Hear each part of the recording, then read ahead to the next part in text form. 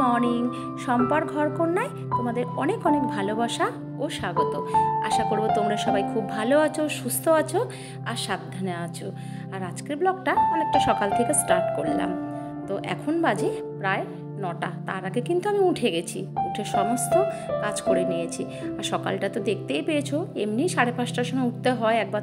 সকালবেলাটা উঠলে না বেশ ভালোই লাগে, বাইরের পরিবেশটাও। আর এদিকে দেখো ঘরের বিছানা টিছানা গুছিয়ে একদম কমপ্লিট করে নিয়েছি। আর ঘরটাও ঝাড় দেওয়া হয়ে গেছে, শুধু মোছাটা বাকি। আর এদিকে দেখো আমাদের পশু চেয়ারে বসে আছে, এদিক ওদিক ঘুরে ঘুরে দেখছে। আর ফাইনালি আমার চা খাওয়া হয়েই গেল।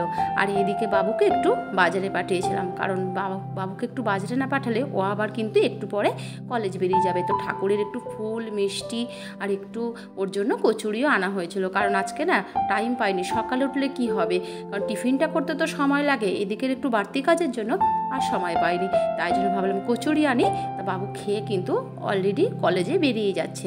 আর এদিকে কি হয়েছে, মানে সকালবেলা উঠেছে ঠিকই, কিন্তু পরে যেহেতু একটু শুয়েছিলাম তারপর চোখটা লেগে গিয়েছিল, তাই জন্য আরও একটু দেরি হয়ে গেল। যদি না শুতাম তাহলে হয়তো কাজগুলো হয়ে যেত। যাকে তো বাইরের কাজগুলো বাবুকে দিয়ে তো করিয়েই নিয়েছি। আর ফাইনালি দেখো বাবু কিন্তু কলেজ বেরিয়ে গেল। আর এদিকে আমি কি রান্না করব ভেবে ভেবে, তো ইলিশ মাছ ছিল, তা ভাবলাম চলো ইলিশ মাছই করে ফেলি। পাতলা করে ইলিশ মাছের ঝোল ভাত করব, আর দেখি কিছু আর একটা সাথে করে নেবো। তো রান্নাটা ঝটপট বসিয়ে দিই। আর বেগুন আলু দিয়ে ইলিশ মাছের ঝোলটা কিন্তু ভালোই লাগে খেতে, তাই না? তো এদিকে তো আমি বসিয়ে দিয়েছি রান্না, আর ওদিকে গেছিলাম ছাদে একটু জামা কাপড় আনতে। তো তোমাদের তো আমি কলা গাছটা আমার ঘরের পেছনে দেখিয়েছি যে অল্প জায়গার মধ্যে হয়েছে, কিন্তু ছাদে উঠে দেখছি যে ওপরে বেশ গাছের পাতাগুলো বড় বড় হয়ে রয়েছে। সেটা কিন্তু আর দেখিনি, নিচে পাতাগুলো যেহেতু ছোট ছিল, ওপরে ওই ছাদের কোনায় গিয়ে আমার দেখা হয়নি যে কলা গাছের পাতাগুলো এত বড় বড় হয়ে গেছে। আর ওদিকের কাজ করতে গিয়ে এদিকে দেখো কত মুদিখানা কালকে রাতে এসেছিল, কিন্তু নামানোর আর সময় পাইনি। তো যাকে ওদিকে তো সব কাজবাজ কমপ্লিট করে খাওয়া দাওয়াও হয়ে গেছে। তা আবার অনেকটা পরে তোমাদের সামনে আবার আসলাম, কারণ হচ্ছে এখন সন্ধে হয়ে গেছে। তো প্রায় 7:30টা বাজে। তোমাদের সাথে কিন্তু দুপুরের আর খাওয়া দাওয়া আমি কিচ্ছু শেয়ার করতে পারলাম না। তা যাই হোক, তো এখন সন্ধেবেলা 7:30টা বাজে। তো এখন আবার একটু ম্যাগি করতে বসেছি, কারণ হচ্ছে আমি একটু বেরোবো। তা কেন বেরোবো, কোথায় যাব, তোমরা পুরো ব্লগটা দেখো, তাহলেই বুঝতে পারবে। আর এই দেখো ফাইনালি কিন্তু বেরিয়েও পড়েছি পিয়ালি আর আমি। আর ওদিক দিয়ে রূপাও কিন্তু চলে এসছে। তো আমরা কোথায় যাচ্ছি না, চৈতালির বাড়ি। তো চলো পুরো ভিডিওটা দেখো, আশা করবো তোমাদের ভালো লাগবে আজকের ভিডিওটা। তো দেখো আমরা 3 বান্ধবী মিলে বেরিয়ে পড়েছি। আর চৈতালির বাড়িতে কিন্তু চলেও এসছে অলরেডি, তবে ওর কিন্তু দরজা খোলাই ছিল। আর এদিকে দেখো সিঁড়ি দিয়ে উঠছি, ও তো ভেতরে।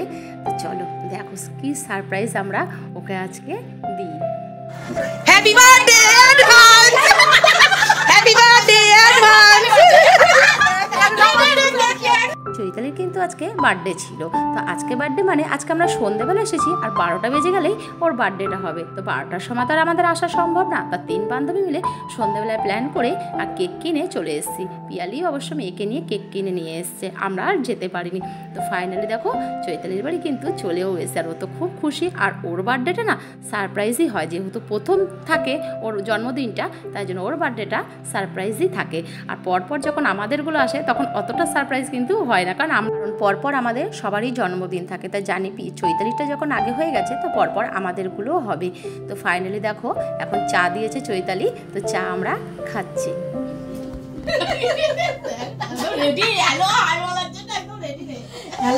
না না, এটা ট্রেনিং।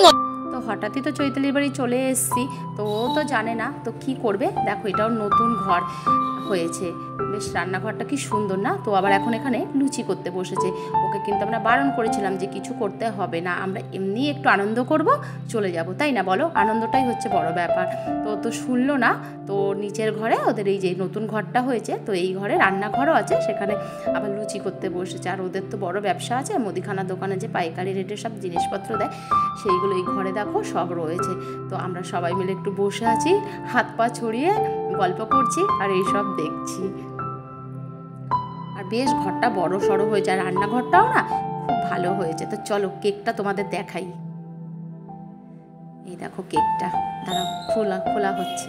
এই দেখো কি সুন্দর কেকটা, কি দারুণ হয়েছে না? আমার তো ভীষণ পছন্দ হয়েছে আর ভালোও লেগেছে, মনে হচ্ছে যেন আমারই জন্মদিন। দেখো কি সুন্দর হয়েছে কেকটা। Happy birthday to you. Happy birthday, dear Yuki.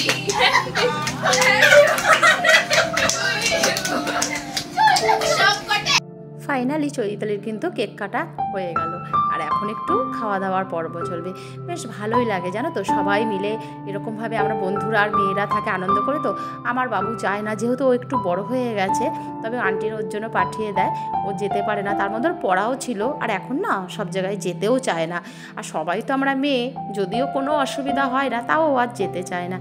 যাকগে, তো আমরা তো ভীষণ আনন্দ করলাম, আর সবাই মিলে কেক কেটে যে খাওয়া দাওয়ার পর্ব তো আমাদের চলছেই।